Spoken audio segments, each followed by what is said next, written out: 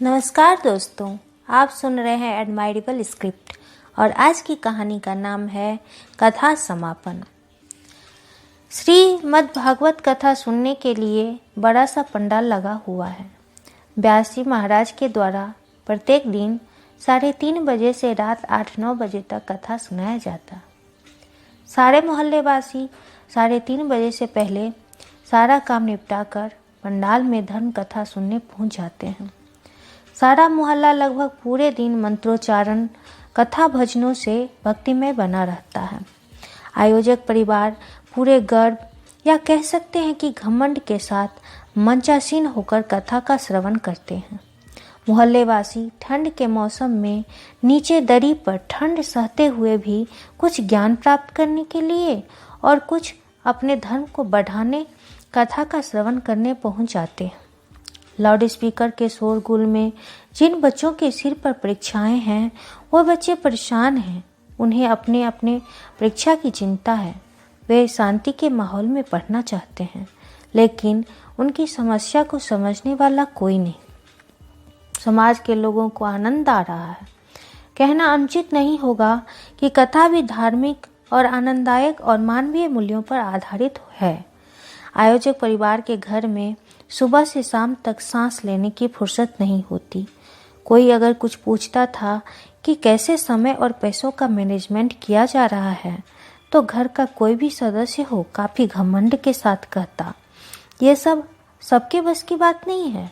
आप थोड़ी ही ऐसा आयोजन कभी करवा सकते हैं, तो फिर पूछने का क्या मतलब बनता है। ऐसा लगता मानो दुनिया में सिर्फ वही लोग हैं जो ऐसा भव्य आयोजन करवा सकते हैं।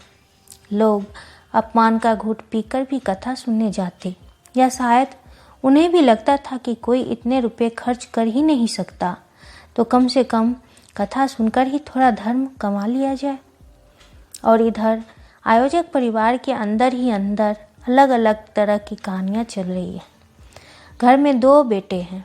बड़ा लड़का सीधा साधा, समाज में मिलनसार, छोटा मोटा काम करके संतुष्ट रहने वाला, कम पैसे कमा कर भी 3 बच्चों पत्नी के साथ संतोष से जीने वाला आदमी। जबकि छोटा लड़का अत्यंत कुटिल स्वभाव का अभिमानी व्यक्ति है। उसका काम भी अनलीगल ही है, 1 नंबर का शराबी और लंपट। भगवत कथा के अनुसार पूरे 7 दिनों तक पूरे परिवार वालों को सदाचार का पालन करना होता, जैसे शाकाहारी भोजन, सात्विक आचार विचार व्यवहार की अपेक्षा की जाती है। लेकिन इस परिवार में रोज झगड़ा होता पैसों को लेकर।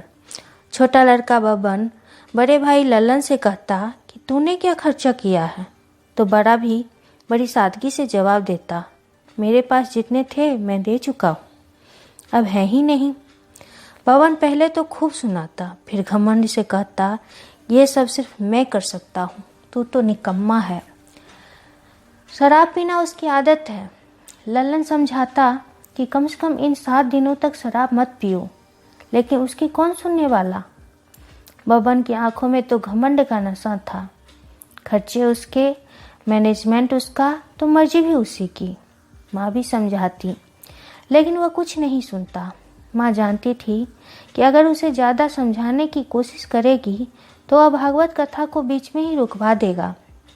तब वह समाज को क्या मुंह दिखाएगी, किस मुंह से लोगों को कह पाएगी कि ऐसा आयोजन करवाने का दमखम सिर्फ उसी में है। इधर घर की बहू का काम कर कर के दम निकल जा रहा था। वो भी हमेशा भन्नाती रहती देवर के ऊपर कि इनको लगता है कि खाली पैसों से ही सारा काम हो जाता है। इधर खाली फलाहार और शाकाहार खा खा कर काम करना मेरा नसीब बन गया है। हालांकि ये सारी बात वह भरमराते हुए ही कहती, देवर के सामने कहने की उसकी हिम्मत कहाँ। घर में बहुत से मेहमान आए थे 7-8 दिनों के लिए। 4 ननद नंदोई उनके बच्चे, फुआ फूफा उनके बच्चे, मौसी मौसा मामा मामी, लगभग सभी। वैसे खाना बनाने के लिए रसोइया तैनात था, लेकिन सबको समय अनुसार खिलाना पिलाना आवभगत करना भी तो बड़ी बात थी। जिन्होंने भागवत कथा सुना है उन्हें पता ही होगा कि कथा के चौथे दिन भगवान कृष्ण के जन्म की कथा होती है। उस दिन की कथा को उत्सव की तरह मनाया जाता है। सारे मोहल्ले वाले उस दिन सज सवर कर आए थे, मानो बारात में जाना हो। व्यास जी महाराज के मधुर वाणी में सारा माहौल भक्तिमय बना हुआ था। देवकी के कष्टों की कथा सुनकर कभी माहौल करुणामय हो जाता, तो भजनों से कभी आनंदमयी, और भगवान कृष्ण के जन्म के समय सारा माहौल वात्सल्यमय भक्तिमय हो गया। लगभग सारे मोहल्ले के पुरुष, महिलाएं, बच्चे पंडाल में अपने जीवन के कुछ क्षण भक्ति रस में गोते लगाने में व्यस्त थे, और इधर बब्बन जी अपने कुछ लंपट दोस्तों के साथ पंडाल के बाहर एक कोने में शराब गटकते हुए घमंड से चूर अपनी सेखी बगा रहे थे। बब्बन की आंखें लाल हो चुकी थी। वह नशे में झूमते हुए बोला, क्या रे मनोहर, देख मैंने इतना बड़ा काम किया है किसी के बाप में हिम्मत जो मुझसे हाथ मिला सके। तभी मोहल्ले की एक लड़की उधर से आ रही थी। बब्बन ने उसे देखा और बोला, अरे देख उसे कितनी टिप टॉप लग रही है। लड़की ने सुना, लेकिन अनसुना करते हुए झटकते पैरों से आगे बढ़ गई। बब्बन ने एक और घूंट गटका और हंसते हुए बोला, हा हा हा हा, भाग गई।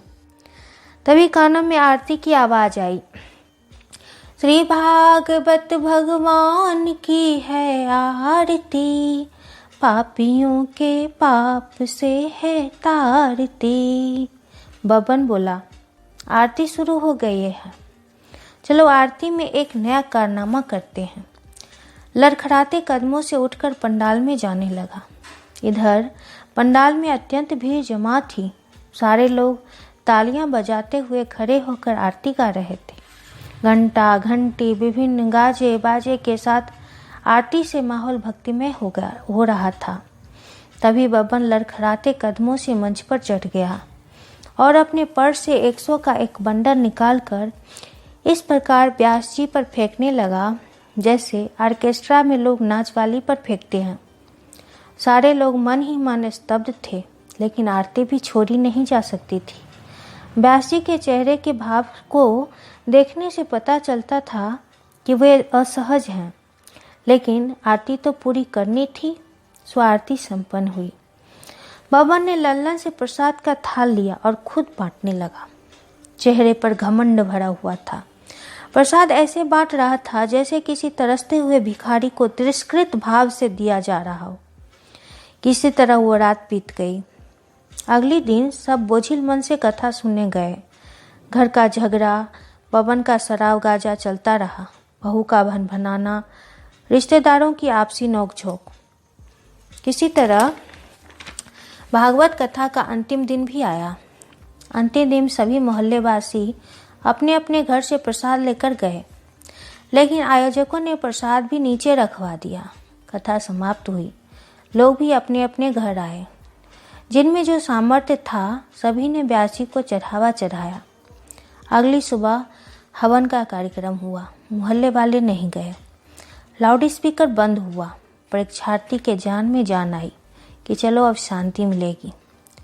लगभग आधे घंटे बाद लाउड स्पीकर फिर बजा, लेकिन इस बार भक्तिमय संगीत नहीं बल्कि अश्लील गानों की आवाज आ रही थी। बुजुर्गों ने जाकर देखा, ये क्या?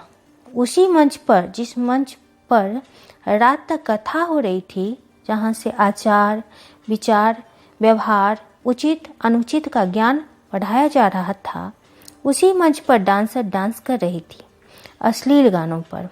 मंच के एक साइड में शराब की बोतलें रखी थी। बब्बन और उसके साथी गिलास में उड़ेल उड़ेल कर शराब गटक रहे थे, डांसर के साथ झूम रहे थे। बुजुर्गों ने ये सब देखा तो आंखें खुली की खुली रह गई। उन्होंने मुंह पर हाथ रख राम राम कहा। कुछ बुजुर्ग घर के अंदर उसकी माँ को खोजने गए कि कंप्लेन करते हैं। अंदर गए तो देखा आंगन के चूल्हे पर बहू मांस पका रही थी और माँ रिश्तेदारों के बीच बैठकर समाज के लोगों की चुगली कर रही थी। बुजुर्गों में कोई कुछ कहता उससे पहले ही माँ की नज़र उन लोगों पर पड़ी और वह पास आकर चिल्लाते हुए बोली, क्या है यहाँ?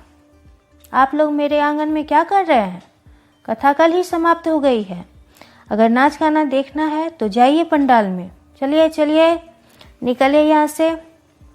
सारे लोग एक दूसरे का मुंह देखते हुए वहाँ से बाहर निकले।